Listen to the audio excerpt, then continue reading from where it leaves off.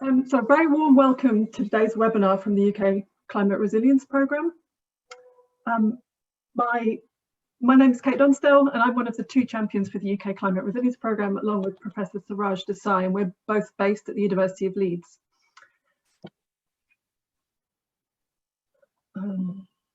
So the timing for today is as follows. So to start with, I'll briefly mention some recent news from the UK Climate Resilience Programme that's running this webinar series. And then we'll quickly move to the focus of today's webinar, which is on smart systems approaches for climate resilience livestock production.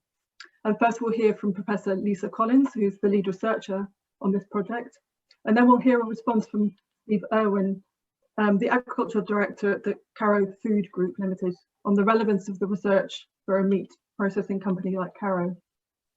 Then we should have about 20 minutes for questions and discussion.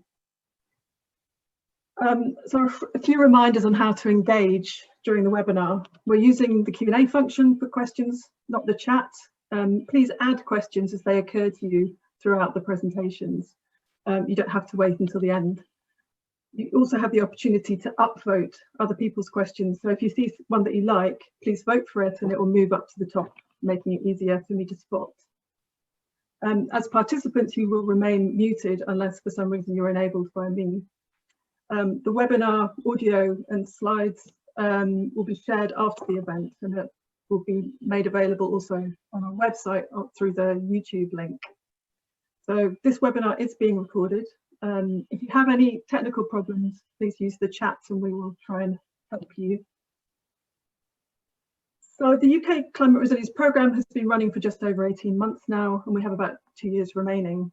This webinar series was set up to communicate the findings of the research that was funded under the programme. And for more information about the work of the programme, details of projects funded, latest news, and links to previous webinars and newsletters, please visit our website, which is given here. And then we used to start our webinars with an introduction to the programme, but we're 8 months in now, we felt it was getting a bit repetitive. So we're instead going to give a few brief relevant news items. So to start with, I'd like to mention the work of one of the other projects that's funded under the programme, which is developing a set of internally consistent socio-economic scenarios for the UK, which will provide the basis for further UK research on climate risk and resilience. So to understand risk, you need not only robust and reliable information about climatic hazards, but also exposure and vulnerability of the things that you care about. So it could be livestock or people in care homes or transport systems. So these scenarios, the scenarios being produced will incorporate a wide range of possible socioeconomic change drivers. And as well as being internally consistent, they're also consistent with the shared socioeconomic pathways, SSPs, which will be used in the next Intergovernmental Panel on Climate Change IPCC assessment report.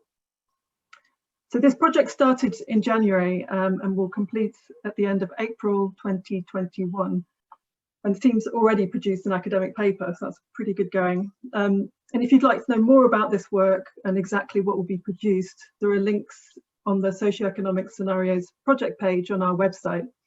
And that will give you a link to their own project website, an online presentation done by the lead academic, who's Paula Harrison, and a link to the academic paper on the development of the shared socioeconomic pathways. The second news item is from the British Standards Institute. They're inviting people to review and comment on a new standard on adaptation pathways. So adaptation pathways have been shown to be effective in helping organisations make long-term plans, despite the uncertainty and risks that come with a changing climate. So this standard gives recommendations and guidance to organisations who want to use adaptation pathways either as a standalone adaptation planning tool or within a broader planning process. So the review started in October, but it will finish on the 5th of December, which I think is this Saturday. So if you're interested in that, please go to the British Standards Institute site to register. And then the final bit of news is again another review opportunity, and this time it's for the Intergovernmental Panel on Climate Change Working Group 2 contribution to the 6th assessment report. So this is the working group that looks at impacts, adaptation and vulnerability. So the review period will start on the 4th of December, which is Friday, and continue up to the 29th of January. So if you're interested in reviewing any of the chapters in this, you can register on the IPCC website up until the 22nd of January, mentioning the chapters that you're interested in reviewing. So that's more than enough from me. Let's now get to the focus of today's webinar, and I'm going to pass over to Professor Lisa Collins. So Lisa is the head of the School of Biology, academic director of the National Pig Centre, professor of animal science, the N8 Agri-Food Chair in Agricultural Systems, and the director of the Smart Agri-Systems Research Initiative at the University of Leeds. So her research is focused on the development and application of smarter agricultural systems through a number of multidisciplinary approaches, including technology development, systems modelling, and data analytics, and recently has focused on the development of systems for livestock production that are sustainable, environmentally regenerative, and have high animal welfare.